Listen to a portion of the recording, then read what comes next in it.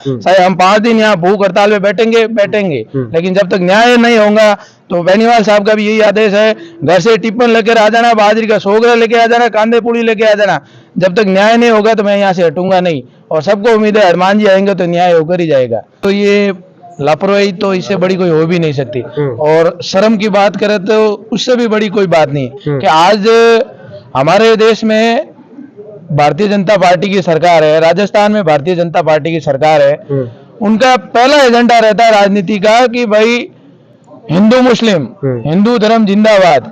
अब भाई कहाँ गए यहाँ के नुमाइंदे हैं मंत्री जी जोगाराम जी पटेल साहब, बड़ी शर्म की बात है। इसी क्षेत्र में एक कानून के मंत्री बने हुए, लेकिन आज कानून को शर्मसार कर दिया। शर्मसार करने की बात है साहब, उन्होंने इतनी बड़ी समाज के वोट लिए, अभी तक ये ट्वीट नहीं किया इस पीड़ित परिवार के लिए कि भाई क्या हुआ, हम इनके लिए गहरी संवेदना है, आज तक नहीं किया। यहाँ के मंत्री साहब है केंद्र में, गजेंद्र सिंह शेखावत साहब सांसद है, भजन लाल जी सीएम है, उनको भाई इतनी क्या शर्म आ रही है कि भाई एक ट्वीट नहीं कर सकते आप। आज की तारीख में एक माता हनुमान बेनीवाल ने ट्वीट किया है कि भाई ये बहुत बड़ा दुर्भाग्य की बात है कि भी 6 टुकड़े हो गए एक बॉडी के लिए।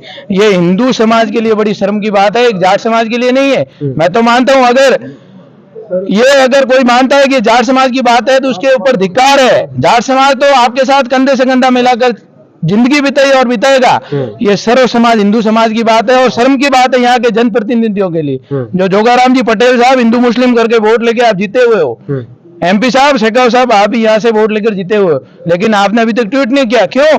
कि आपके इसमें गहरी साजिश है, आपके कोई नुमाइंदे बच रहे हैं, उसको बचाने के लिए आप ये षड्यंत्र कर रहे हो, और कैसी भी करके प्रशासन के ऊपर दबाव बनाकर इस मामले को खुर्द-बुर्द करके निपटा के परिजन अपने घर जावे, राज अपने घर जावे, रोने वाले रोते रहेंगे, ये है। लेकिन ये वीर तेजा जी के रूप में दूसरा जो हारेगा सारा तेजा जी का अवतार है माननीय सांसद हनुमान जी बेनीवाल साहब।